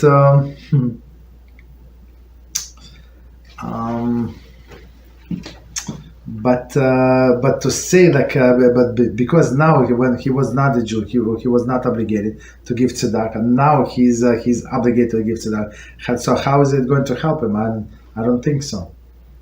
Right? What character traits it's going to fix? And conversion itself, I don't think it's going to fix completely anything. Still, person has to work on themselves. So some sins from the past, of course, if they did teshuvah, would be forgiven, but right, only if they did teshuvah. Right. So continue. With regard to the Ayin hara and the shidduch, okay, should a person hide from his single friends the fact that he has found someone? If so, for how long? Forever. So unless, okay, so that's an amazing question. The short question is forever. I mean, until you have no choice. So with regard to Ayin hara and shidduch, right? Should a person hide from his single friends, that the fact that he found someone? Absolutely, yeah. They're going to get jealous. Give him Ayin hara, and they guess what? Oh, this one. Oh, you again. You and this. This one, and we had this experience, me and my wife, trying to help this nice girl to get married, and we got in touch with somebody, lady not our community, next to our community. Don't remember how we got in touch. She's sweet. She knows everybody, all of the young boys, because she also had a son in this manageable age, and she said, "Let me help you find." I'm going to try it, since I know all of my son's friends. This from yeshiva, from neighborhood. I'm going to help you girl to find. And guess what? And they gave us a few numbers of the boys to talk to them. So, oh, this girl, what are you talking about? Did they date you? Did they talk? Yeah, I saw her on Shabbaton. So, and she's like that, all of these miserable people, right? Are you married? No, I'm not married. How old are you? Okay, exactly. So you understand. So just because you don't like somebody, just keep your mouth shut. Right? You said no. I'm not interested. I'm not looking now. Whatever. Say something you're not interested. Period. But to reject her and say all of the bad things, you saw her on a Shabbaton, and she's like, what? You understand? So we had this experience from some of them. They're professional, right? Hassan, right? So Hassan is like a groom, right? Professional groom. He knows everybody. He knows all the rules, but he cannot get married.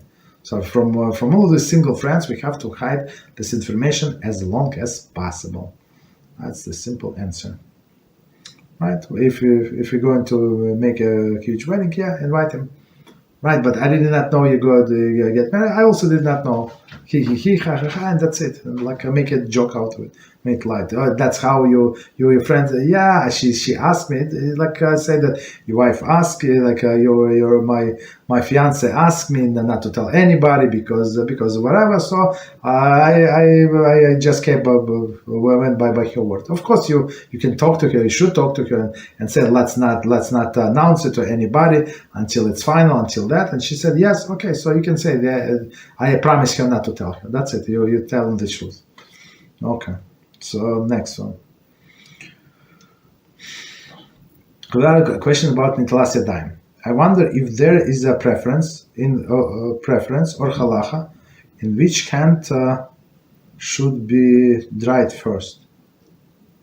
Right hand, absolutely. Yeah. So we start again. Question about netilas yadayim. So meaning washing of the hands. I wonder if there is a preference or halacha which hand should be dried first. So the right side also always get precedence, right? So you start washing from right. So you pick up with right. You start the mitzvah of netilas yadayim with the right hand. Then you pass the cup into the left hand, and then you start pouring water on the right hand. And then when you finish, you say the blessing if before the bread, and you start with the right hand. Right. Okay, so next question. Right, question about educating children. If children really want a puppy or a kitten, should the parents use this as a chance to teach the children about being responsible and caring about through the taking care of the pet, to endure the spiritual impurity of the pet, to endure the spiritual of the pet, its inconvenience on Shabbos. Okay, so let's see. I mean, from my experience, children want, and then they would walk this dog exactly 3 days in a row, and then guess what? The grandmother is going to work, mother or father is going to work. All of this. Okay, so don't do it. Basically, give them another brother or sister, and let them take care of something like for entertainment. But I see what's going on around. Again, a question about educating children. If the children really wants a puppy, so they say we're Jews, we don't have puppies. We don't need puppies. Okay, because why? Because they're muktzah. Okay. Or a kitten. Also, they're cute, but they destroy things, and they don't teach us good manners. Cats, right? I mean, they modesty, but we can learn without cats about modesty. But that's it. Should the parents use this as a chance to teach children about being responsible? They're not going to be responsible. They say yes, I promise, I swear to you, and they guess what? We heard many stories when it's did not work out. So well, I mean for parents. So children, of course, they're going to play when they have they're bored, but otherwise, parents are going to take care of everything. So yeah, who needs that? Being responsible, caring the pet, enduring spiritual impurity, right? So I explained about spiritual impurity. I guess they're muktzah or something, right? So let's continue. Next question. Regarding fall things, should we give fall things? Should we give left hand precedence, like changing a baby's diaper or taking out the trash? That's a very good question. Yeah, I think so. Right. So now again, what we're talking like foul smelling things, right? Bad smelling things, right? So in this case, we do with the left hand, and same when in the bathroom where we wipe ourselves with the left hand, right? Changing the diapers and so on, right? Yeah, taking the trash with the left hand. Okay. So continue with the next question. So the next question is continuation of the of this. Since most likely we're going to cut the different clips, so I'm going to read the question. Question about education. Children, if children really want the puppy or a kitten, should the parents use this as a chance to teach the children about being responsible and caring through taking care of the pet and endure the spiritual impurity of the pet and inconvenience on Shabbos? Okay, so this hypothetically, so continuation of the question. So we said better not to, because children, let them be responsible with their own stuff, right? Let them put away their own things. Hypothetically, if parents ask children to learn all of the laws regarding having pets, and they do so, would they be allowed to have pets? I don't think so. They say yes. I mean, I heard this many times, and people are suffering, right? They say yes from kids, and then they do not care because I have too much homework. Yeah, but you said yes. I said, but at that year I did not have so much homework, so much responsibility, and plus, I'm trying to start praying early. But also, father would say, I also try to start praying early, and I need to go to work. So who is going to work? Maybe mommy can. Okay, maybe my older sister, younger sister can. All these things. So that's. Okay, I mean, if you like the dog, if you want to walk the dog, take care of the cat, so you can do, but usually it's not working out so well. I mean, with children's promises, you cannot rely on their promises. Okay. Next question. The hypothetical question about middos. I wonder if one found their shidduch being unable to keep the secret, would this be a red flag? That's a very good question. One more time, a hypothetical question about middos. I wonder if one found their shidduch is being unable to keep the secrets, would it be a red flag?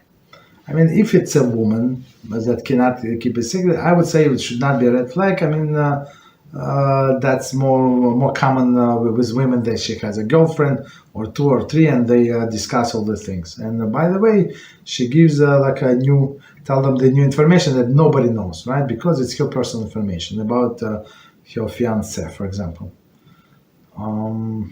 But this would be more manageable. So he would keep his mouth shut, like most of the time, and no. I mean, if he can handle it, right? And only share with her something neutral, but no secret that she can tell everybody. But if it's about the men, that's I would say that would be a red flag, right? Because from men we expect something different. But, to keep the secret, keep his word, he keep his promises. So, for example, if she said don't tell anybody, so if he tells everybody, it's not only that he tell her secret or something. He also broke his word, which is the same could be in all other promises, all other agreements that they had in their life. Okay, so let's do one more question. We stop, I guess. Okay, so I had a piece, but it's very long and it's very late, so we're going to leave it Beezrat HaShem to another time. Okay, so next question. If say a guy and a girl who make a part of the same community, are introduced to one another, and then the shidduch breaks.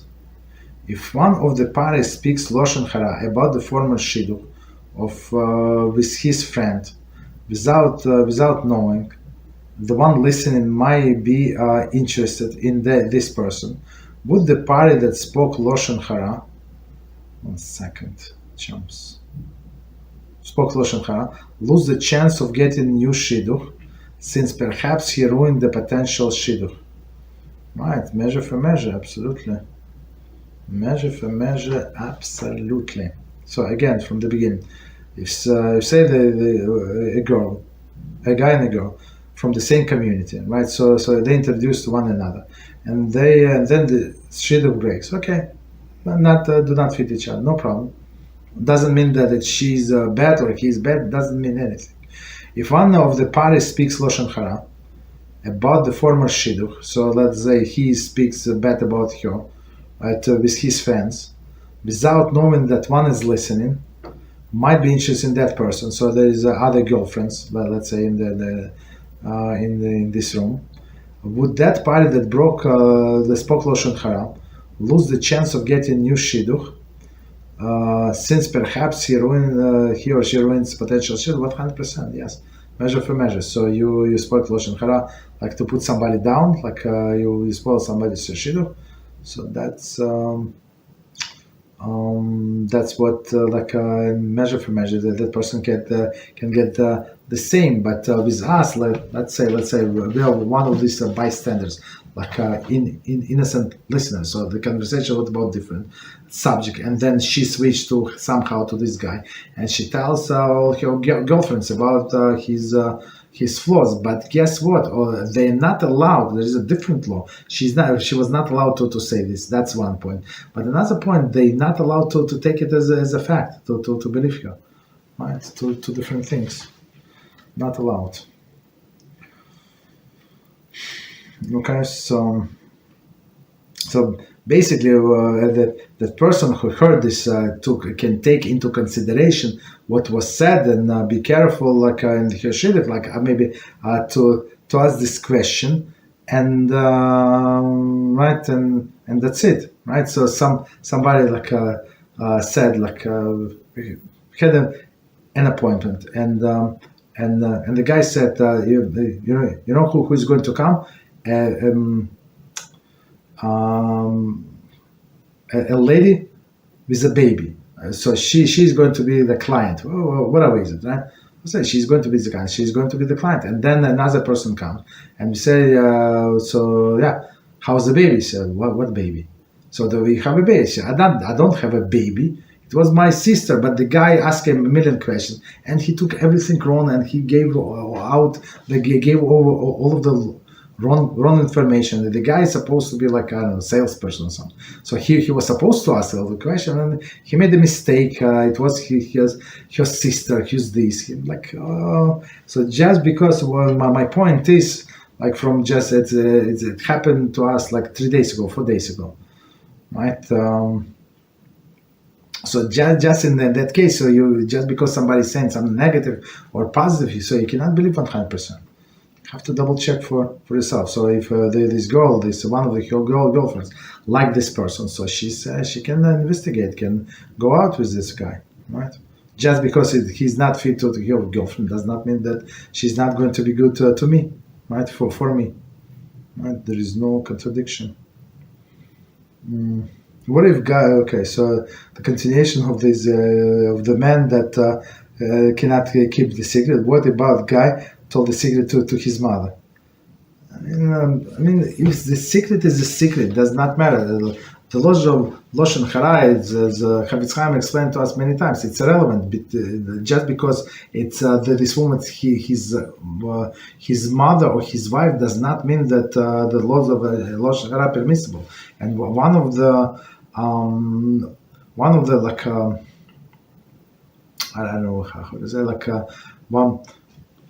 one of the subjects that Chafetz Chaim discusses is the disclosing of secrets of others, especially when they told you not to disclose. And of course, if it's it's understandable, somebody sharing with you the medical condition, I'm going through this. Of course, even the person did not tell you not to tell the whole neighborhood. It's understandable, logical, understandable. Because all sensible people would not share this information. Unless the person allowed, please announce to all of the yadayim group, I'm going to MRI tomorrow, this and that. That's a different story. But otherwise, keep quiet. And needless to say, if they tell you to keep the secret. So if he shared with his mother, maybe his father, maybe mother is going to call your girlfriends. Guess what? That tomorrow the whole town would know. Yeah. So I mean, it's whether he can keep the secret, you can trust him, or you cannot. So it should be a red flag. All right, so very nice. So let's stop here. So thank you very much for learning with us. Baruch HaShem. It was a very successful week. We covered many material, a lot of material, and to be continued next week. Beezrat HaShem, we will see. I think we can start even earlier, so we can gain some sleep during the week. All right, thank you very much. Good Shabbos, and until next week. Thank you.